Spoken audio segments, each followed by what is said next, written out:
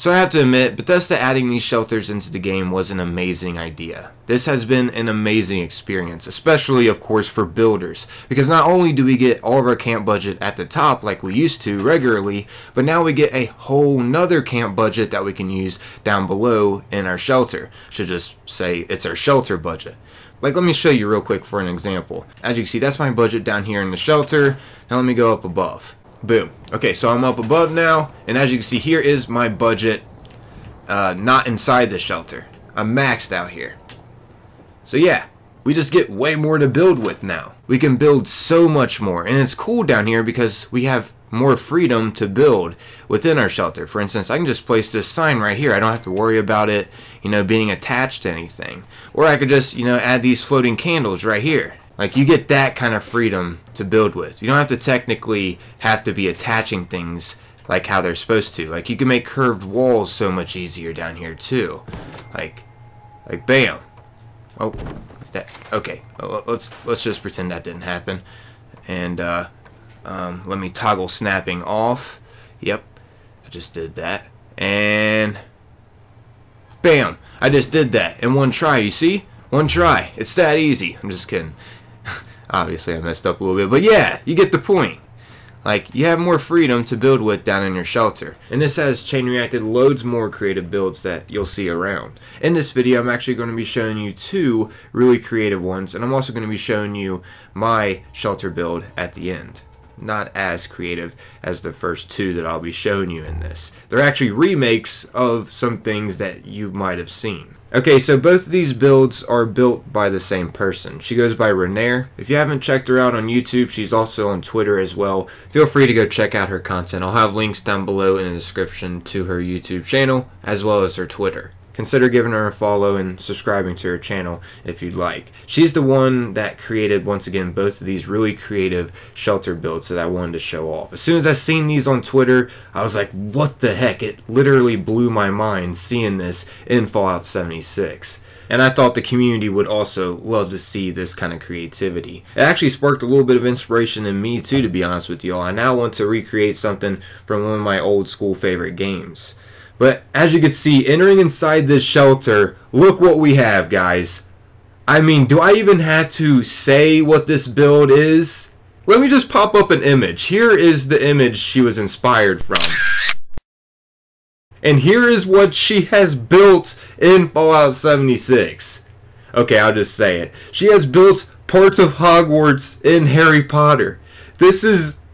oh my gosh, like, it actually feels like we're inside the area, where they all met up at and dined at. And not to mention, most importantly, this is where, the sorting hat sorted where each student belonged most to. Gryffindor, Hufflepuff, Ravenclaw, or Slytherin. And actually, believe it or not, Rinaire has set up the tables color coordinated like that. I didn't notice this. She actually mentioned this to me. I didn't even notice this small of a detail. But yeah, she has each table here color coordinated to Gryffindor, Hufflepuff, Ravenclaw, or Slytherin by the decorations she has on the table. They're each color coordinated to those specific groups. And for the presents, she just faced them in specific directions to once again color coordinate them to the groups, which I thought was pretty neat. The amount of details going on inside here and how spot on she got it from a Fallout perspective, that is. I felt kind of silly to even say that this is, part of Hogwarts from Harry Potter, because you can immediately see it if you've at least, seen Harry Potter. I believe this location she has recreated here was actually called the Great Hall in Hogwarts. But yeah, she did a phenomenal job, from the things on the side to the archways at the top to the color coordination to the tables to how the overall architecture setup is inside with the windows and also the chimney as well with the reef on it. I feel like she was spot on with that. I mean, she even tried to incorporate snowfall too with the new snow machines at the top, because you can see sometimes snowfall does go on inside the Great Hall. But yeah, I mean, to even the tree in the background she tried to set up appropriately. And even the door next to the tree in the back. That door led to nothing. She just added it there because, You know, it was part of the Great Hall. Overall, she did a phenomenal job. And how this all even chain reacted, actually, the reason why I even chose floating candles as an example in the beginning over, you know, freedom of choice we get down in the shelter, is because that's how this all chain reacted. Is when she realized she could have floating candles in the shelter, it all started from that. So yeah, you never know what a build is going to start out from. It's pretty cool. And she also mentioned she built this in about 4 to 5 hours too, which I thought was pretty fast for how spot on this actually is. But anyways, there's also this side part of the build which she said didn't really pan out how she was wanting and didn't really continue with this, but she was building a potion room back here. Here's actually the room that she was inspired from back here. And here is what she made. But yeah, like I mentioned before, it didn't really pan out how she wanted, and she just decided to stick with the Great Hall. But still, overall, a great build. To think it went from this to this. Like, we're in freaking Hogwarts here. Another thing that she recreated in Fallout 76 was Monsters Inc. I'm just going to go ahead and give a quick tour of this, just because it is pretty spot on to the movie. As you can see, she recreated the scare floor from the movie. And she mentioned what inspired this build was literally from floating doors. So the Hogwarts build was from floating candles, and this build was simply from floating doors. She did mention that this did take longer than Hogwarts, just because this was kind of like an experimental build. She didn't really know exactly what she was getting herself into when she first started this. And with Hogwarts, she had more of a plan down. But yeah, overall, I think it came together really well how she got everything set up. With the M logo on the wall, to the ranking systems, to of course the scare doors. I mean, just overall in general, the theme she had going on in here was definitely spot on to the movie. Just thought I'd share this one because this was also another build that she did that got highly recognized on Twitter. Overall, very well done and easily recognizable. But something else that I wanted to point out, she did even add a room where the radioactive materials would go to as well, as you can see here. Like, she did go all out on this build. And this was created in the Vault Lobby Shelter, which is a part of the Vault Atrium. But lastly, like I mentioned before, I'm going to be showing you the shelter that I have.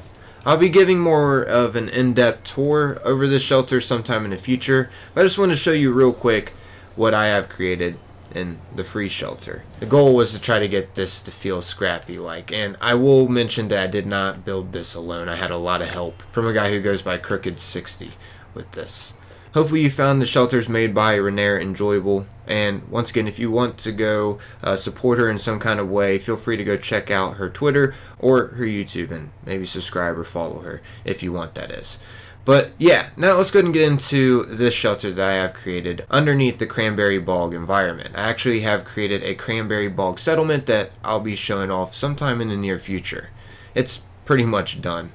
Just doing some final touches to it. But yeah, this is the shelter that I have going on for the Cranberry Bog settlement. Basically, the people down here were pretty much just experimenting with the Cranberry Bog's flora. As you can see, I got a few of them down here fused with some dirt tiles. Yeah, that's what they're doing down here. They're pretty much just studying the flora. And also there's an area down here as well where, of course, you know, they can sleep at and whatnot. But yeah, that's the backstory to my shelter. I'll be doing a more in-depth tour sometime in the future. Hopefully you enjoyed this quick tour over what I got going on, as well as, once again, of course, Rinaire's shelters too. But yeah, I guess that's about wrapping up this video, everyone. Hope you all found this enjoyable. I'm out of here. Thanks for taking the time, watching and listening. Until next time, remember, try to stay safe out there during these unusual times. Peace.